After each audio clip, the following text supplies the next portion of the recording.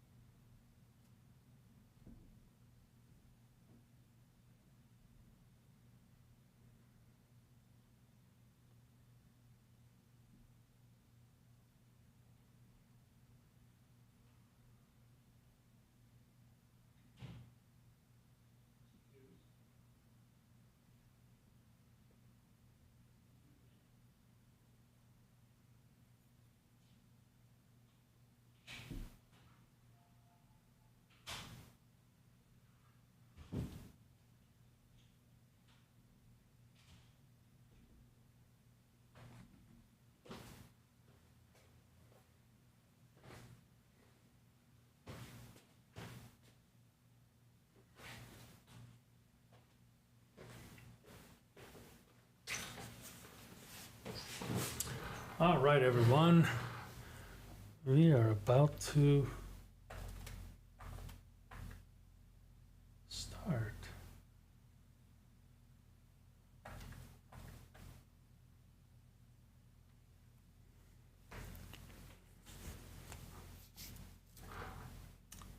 Preview.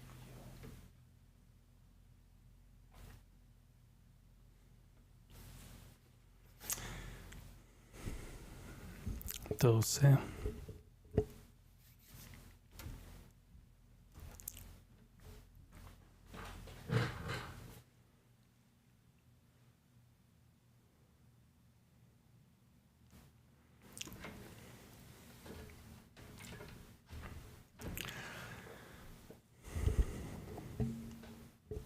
Okay.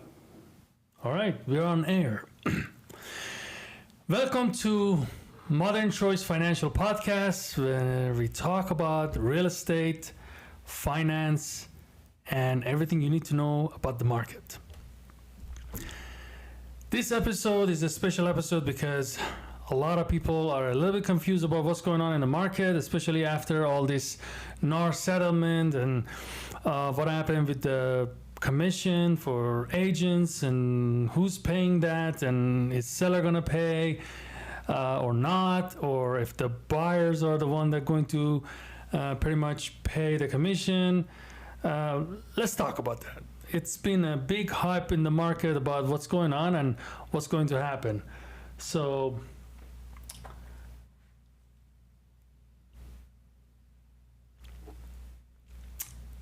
let's wait for the rest of people to join.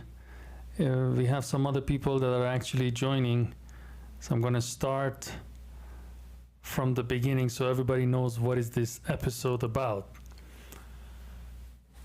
All right. Let's just start over. Welcome to Modern Choice Financial Podcast, where we talk about real estate, finance, and everything you need to know about housing market. This episode is about NAR settlement, National Association of Realtor settlement, with this very unfortunate lawsuit that up to this day, anyway, I'm looking at it, the actual public got no benefit from it, and I'm going to explain why. The only people that really got any benefit was the lawyer that actually made this case for the client, and they just made some money out of it. And I'm a little bit surprised how NAR actually lost this. But let's go in depth into this whole conversation and see what actually took place. So here's what happened.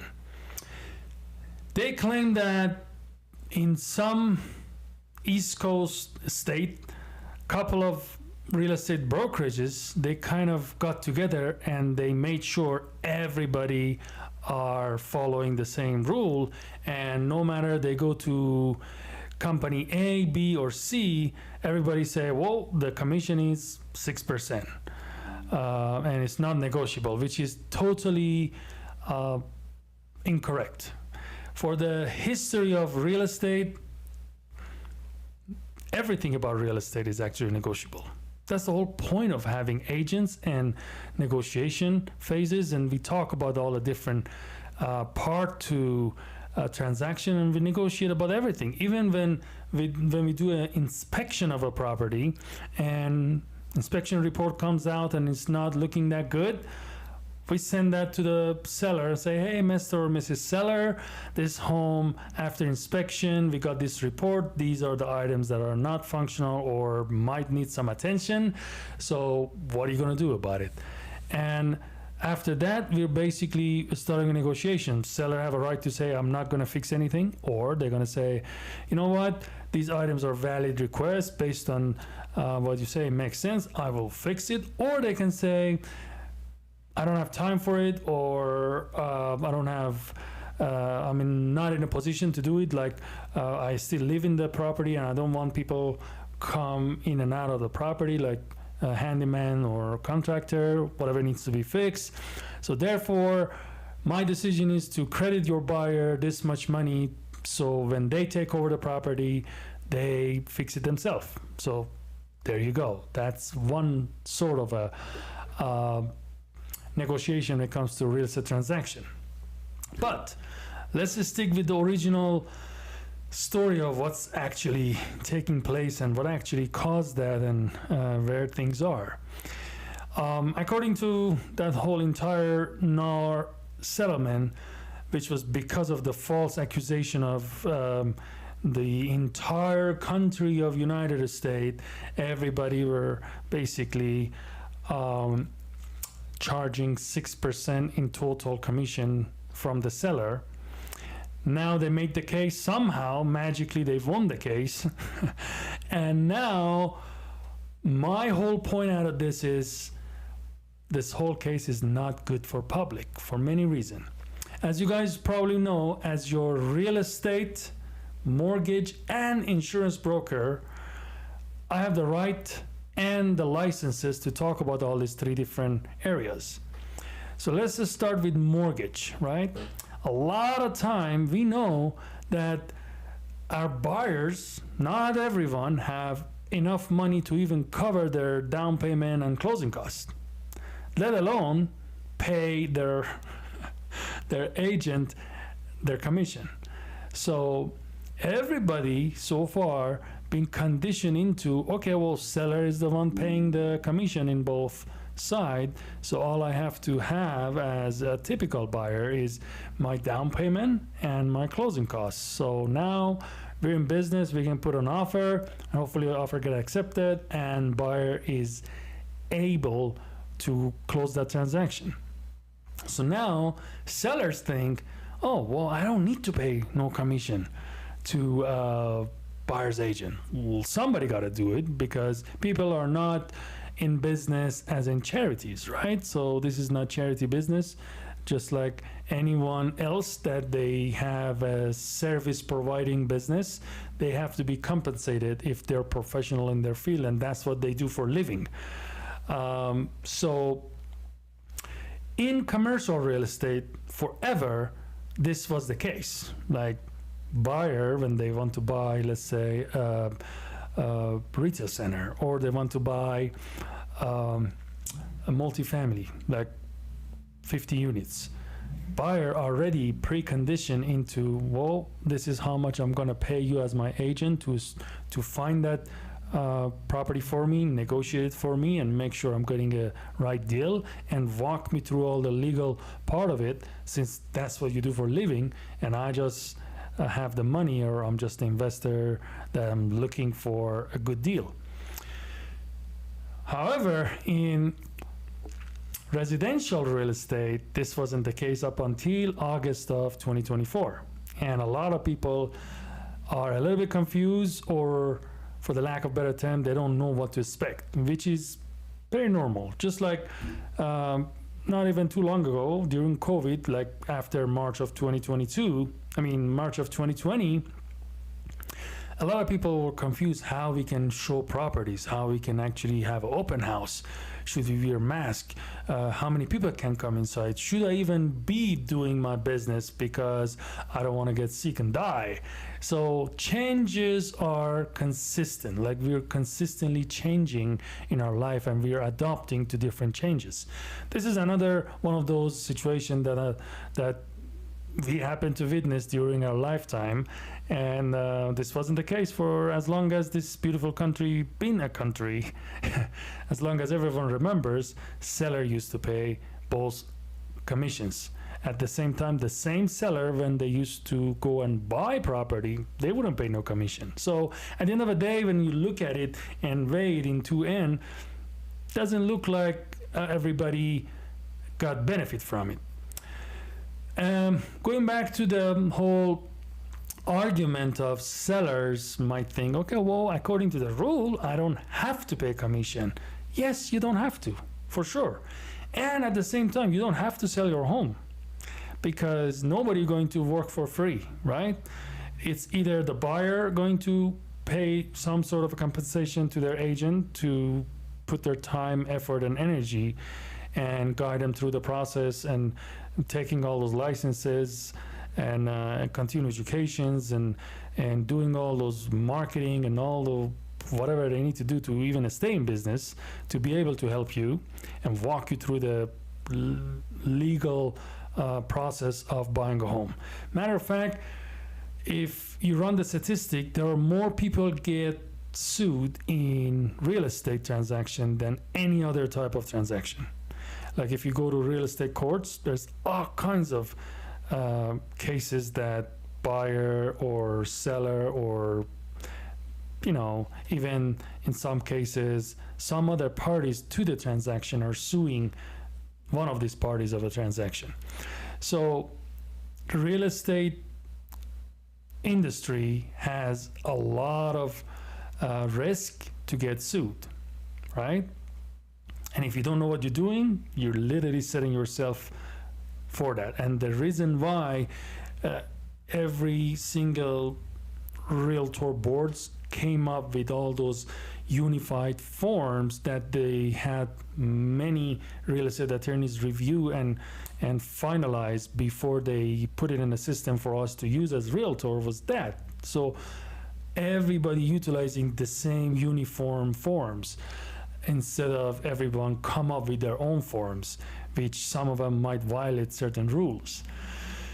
So the whole purpose of using agents in both sides, whether seller side or buyer side, was using an individual that went through training, knowing the law, knowing how the process is, and making sure everything is done right, correct, legally, and in a timely manner according to the contract. So now let's say there's a home in the market and the seller says, well, I don't have to pay commission, I don't want to pay commission. You already probably cutting over 75 to 80% of the buyers that could have bought your property, maybe even at a higher price, that they have enough for their down payment and closing costs, but they just don't have the money to pay for agents' compensation, right?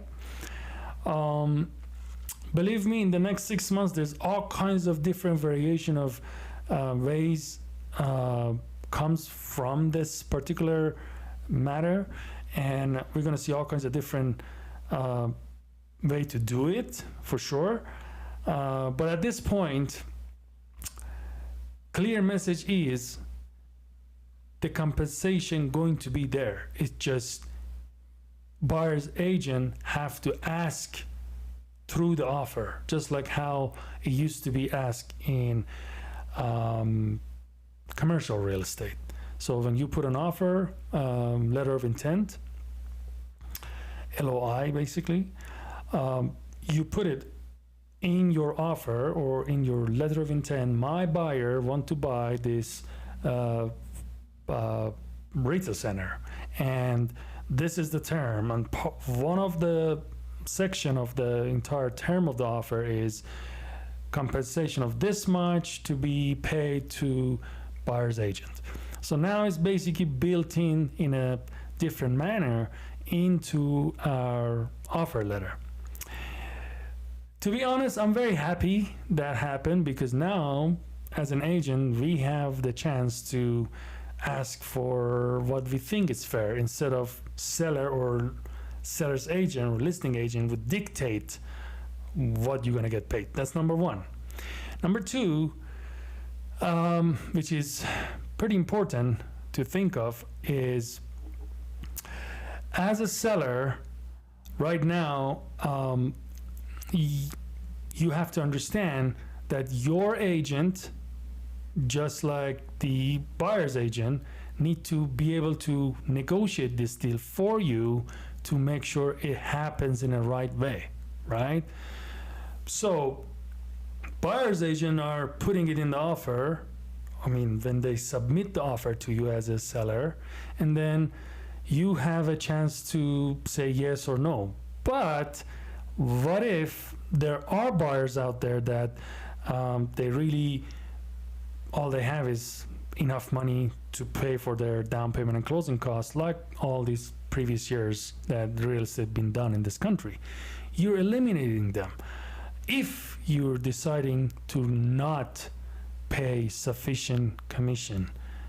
And at the same time, one of the things that someone like me, which try to be ethical and also following all the rules and regulation the way it should, had always issue with previously with many new buyers that they just don't want to commit to you as agent, was signing that buyer broker agreement, which was previously not mandatory for any agent to do that. It was suggested, hey, if you're going to put your time to help a buyer and spend time going out, during your days that you're spending time with them, you spend your gas, your time, your energy to look for properties, showing it to them, come back and maybe put an offer. These are all time that is spent on this industry, right? So if you want to do that, at least you want to make sure that this buyer is committed to work with you. You're not charging them anything at that time. We're talking about previously, right? You're not charging them anything, but you just want to make sure that the buyers are kind of like loyal to you, and they, at the time that you have agreement with them, whether if it's 2 weeks, 1 week, 3 months, whatever you think will be a proper time for you guys to work together, you are working together and you are dedicated to your buyer, and your buyer is dedicating to work with you when you're spending this time for them. Previously, it wasn't mandatory, and I got some resistance from some of my buyers in the past after they explain, after I explained the value and what they get out of it, which is my exclusive time during the days that I'm working with them, only with them and all that. Eventually they understand and they sign. But right now, everybody are mandated to have that sign from their buyer. And that's one of the things that as an agent make me happy, because now the people or the agents that they probably never done it or never knew how to word it, how to explain it to their buyer clients, that this is how it works and the reason behind it is this and that. Now they're going to struggle to get that going, because moving forward it is mandatory and it's like became a law. Without that, you can't even talk to them about real estate. Without that, you can't even send them any houses or talk about any houses with them legally, if you really want to follow the rules and the regulation. But going back to my entire argument about it, well, it is what it is at this point. It happened, and it's unfortunate that it happened. The reason why it's unfortunate is now seller thought, oh, well, I'm not gonna be forced to pay however much commission. Nobody forced them in the past anyway, but it would eliminate a whole bunch of buyers that they just don't have enough money to cover everything, right? And it would make the home sit in the market for a longer time, and there's going to be more back and forth on dealing with the market between the buyer side and the seller side, and how to make this transaction done in a way that everybody think it was a fair transaction. And at the same time, the same seller that today is selling 90+% of time, they're going to sell to buy other property. That's how usually things are, right? And now they will be forced to pay commission if that will be the case. Usually we're still trying to put it within the offer and ask the seller to compensate for the commission, and hopefully the buyer doesn't have to come out of pocket. But if not, or whatever case might be, buyers still might be liable for a little bit of a commission or a little bit of a fee, which that turns the whole situation to the point where, what did we get out of it? Like, Mr. Seller, today you're selling, but tomorrow you might be buying, and it's going to be the same thing. So I really want to see what you guys take. Wherever you see this video, whether if it's YouTube, Instagram, Facebook, or our TikTok, just let us know. What do you think? Do you really think this happened for the better of public, or you think it was a pointless argument? I really want to know. I think this was a pointless argument, to be honest. But this time, it's already here. Let's just accept it and embrace it and adapt to it and understand how things are going to be done moving forward. That's the whole point. But I just want to give a little bit of a clarity about what's going on and what's going to take place and what is really happening moving forward. If you guys have any question, you're confused whether you want to sell or buy, in either side, you don't know what to do. We've been through intense classes and intense continuing education about what is really going on and how to deal with this big question marks in people's head. I would love to answer all your questions. Just comment in wherever you see our video, because in front of me there's 4 cameras, and also we're on YouTube Live. By the way, if you're not following us in social media or our YouTube channel, it's free. I don't know what you're waiting for. I don't know why you're not following me. Honestly, we come up every week on Wednesdays, except the week that I might be busy with some transaction that needs more help, since in our office we do mortgage, real estate, and insurance as well. Couple of weeks I couldn't make it on time, and 1 week I was a little bit sick, not feeling well. But generally speaking, every week, Wednesday, 6 p.m., I'm live and talking about a different topic relating mortgage and real estate industry. All our social medias are all under the same username, Realtor Mehrooz. And same thing with my YouTube channel. And we have a dedicated playlist for Modern Choice Financial Podcast. If you don't want to see the video, you're more than welcome to find us in any podcast templates. And whether you're in iTunes or Spotify or the major platforms, you can find us under Modern Choice Financial Podcast and ask your question. We would love to be your resource. Other than that, thank you guys for following. Thank you guys for sharing. Please ask your question. Our services to you is always free, unless you have to pay at the end. Thank you very, very much for being a great audience, and see you in future videos. Ciao.